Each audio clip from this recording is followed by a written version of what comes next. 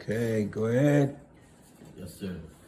In my hand, I have the musical bow called the Berimbau, spelled Berimbau,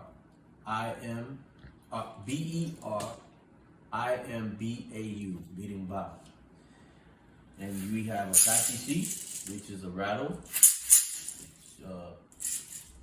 This particular one is made by João Pequeno, and this one is made by me. Hand woven by me. This is called the vareta, or sometimes we call it baqueta. This is the gourd, cabaza. This is the vega, and this is the steel belt wire, which is called the arame. And then we have the cordão, the coro, and the dobrão. And from this instrument, the berimbau, the gourd is the resonator.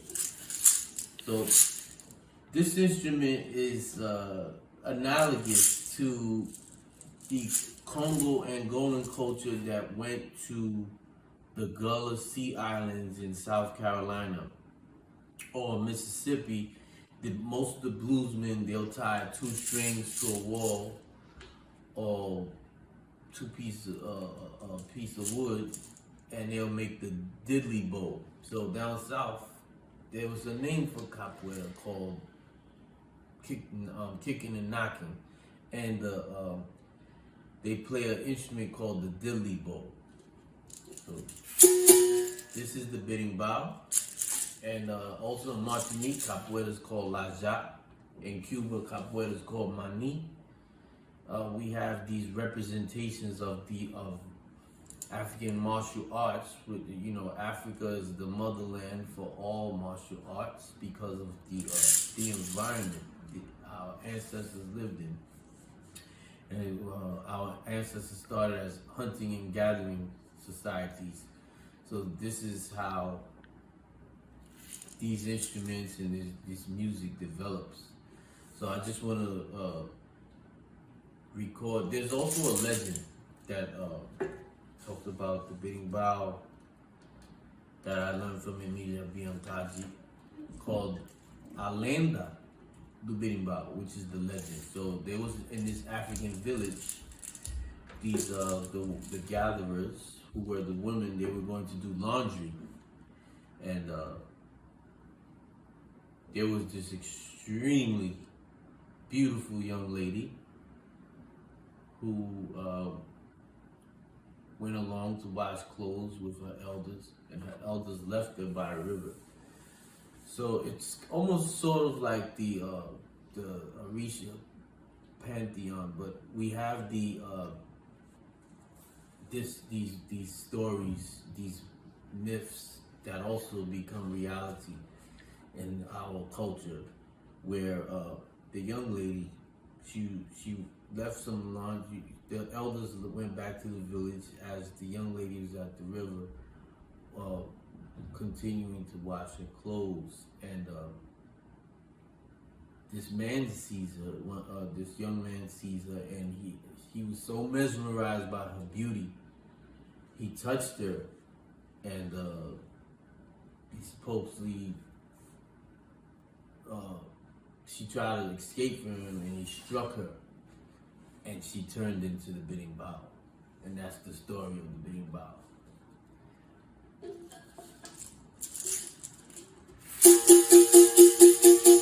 So this instrument calls the ancestors who have retained and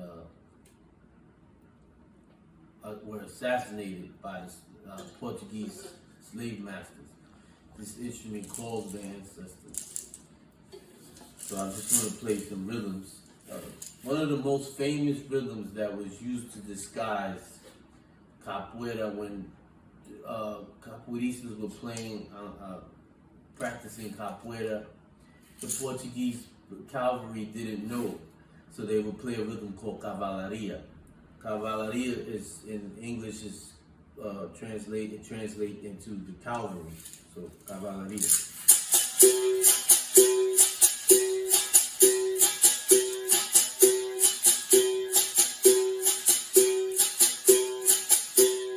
So according to my master, from this information is passed down from Master Pastia, his master, when capoeiristas were playing capoeira and practicing the blows of capoeira, they would disguise it with the dance. So when the cavalry would come, they would play the rhythm. They would change the rhythm to tell the capoeiristas, to signal the capoeiristas to change the martial aspect of the martial dance into a dance.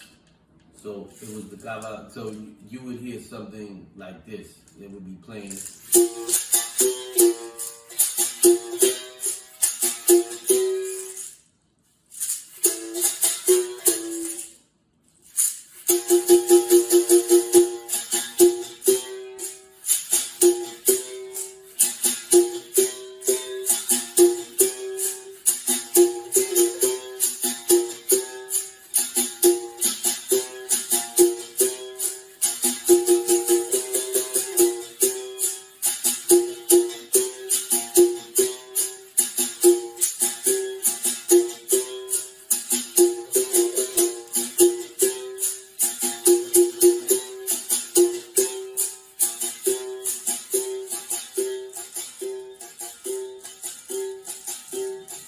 That rhythm is cavalleria. So the first rhythm I played was called Angola. But when it changed to cavalleria, it was to signal the capoeiristas that the cavalry, that the police were coming. And capoeira was outlawed. And if you were caught playing capoeira or practicing capoeira, you would get killed. So after the cavalry was on its way away from the holdup where the capoeiristas would practice, it would go back to the rhythm.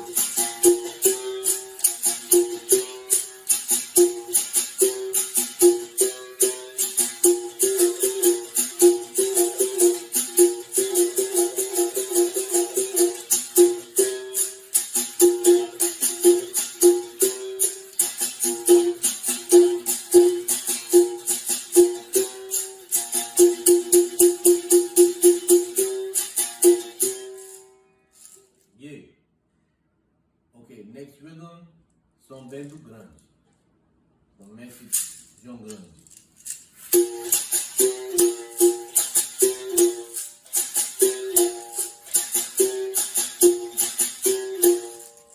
Okay, this is the medley. So I'm going to change to the gunga. The gunga is the bass berimbau, which is considered the mother.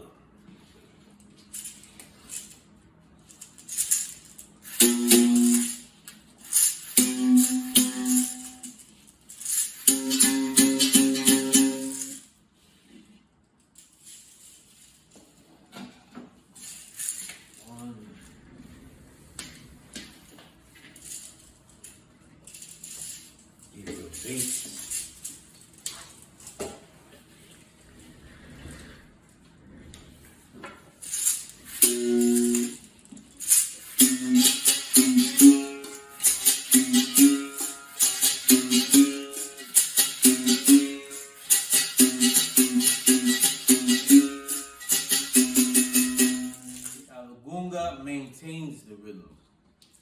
This is the bass berimbau.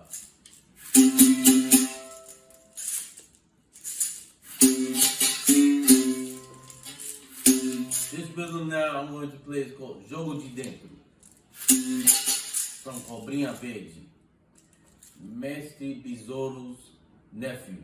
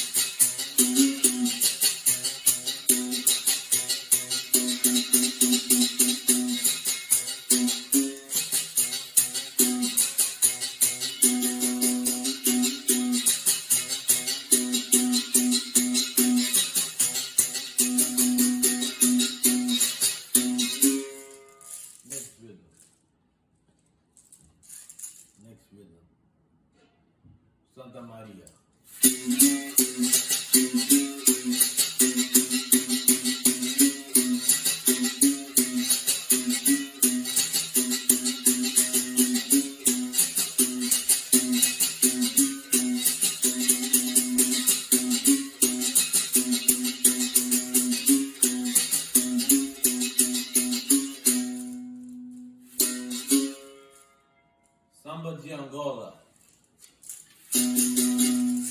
Change the bidding bow for that. Samba de Angola.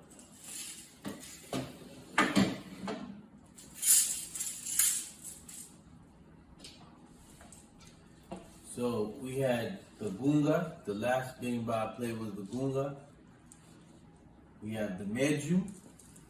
And the viola, which I do not have today, is also the smallest bidding bow. It's like the turbulent child. So the gunga is the mother, the meju is the father, and the viola is the child that does the variation.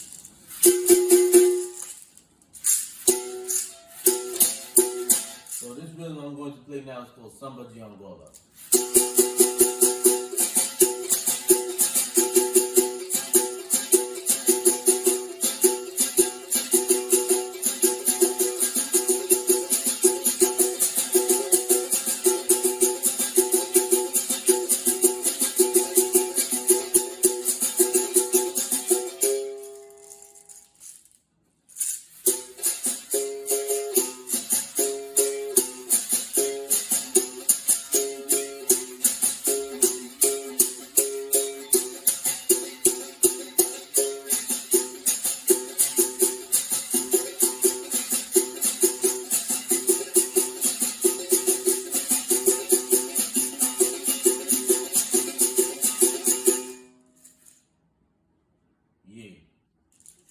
Okay, now I'm going to sing a song that I learned from the Congolese dance company that I did play back in 1999 at the True Blood Theater at the University of Michigan with a Congolese dance company by the name of Bichini Bia Congo. So we learned some traditional songs from Congo, and it goes like this. The words are Msusutete Buiko Kele Mama. I'll play the bell. I'll play how it connects with the bell rhythm, the clave, which is important. Most people will sing and won't play the clave. The clave and the singing locks. So this rhythm is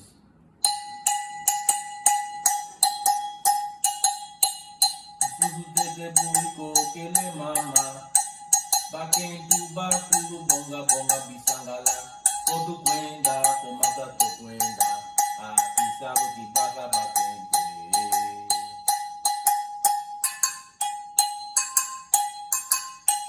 Msusutete buiko kele mama. Bakentu bakulu bonga bonga bisangala. Kodu kwenda komata to kwenda. Akisabu kibaka bakente. So there you have the bell playing one melody, and the voice is singing a melody, and that thus creating contrapuntal, polyphonic, contrapuntal motion in music, and creating polyphony, polyphonic motion in music. So with the bidding bow, what I do with the bidding bow here is pretty much I add.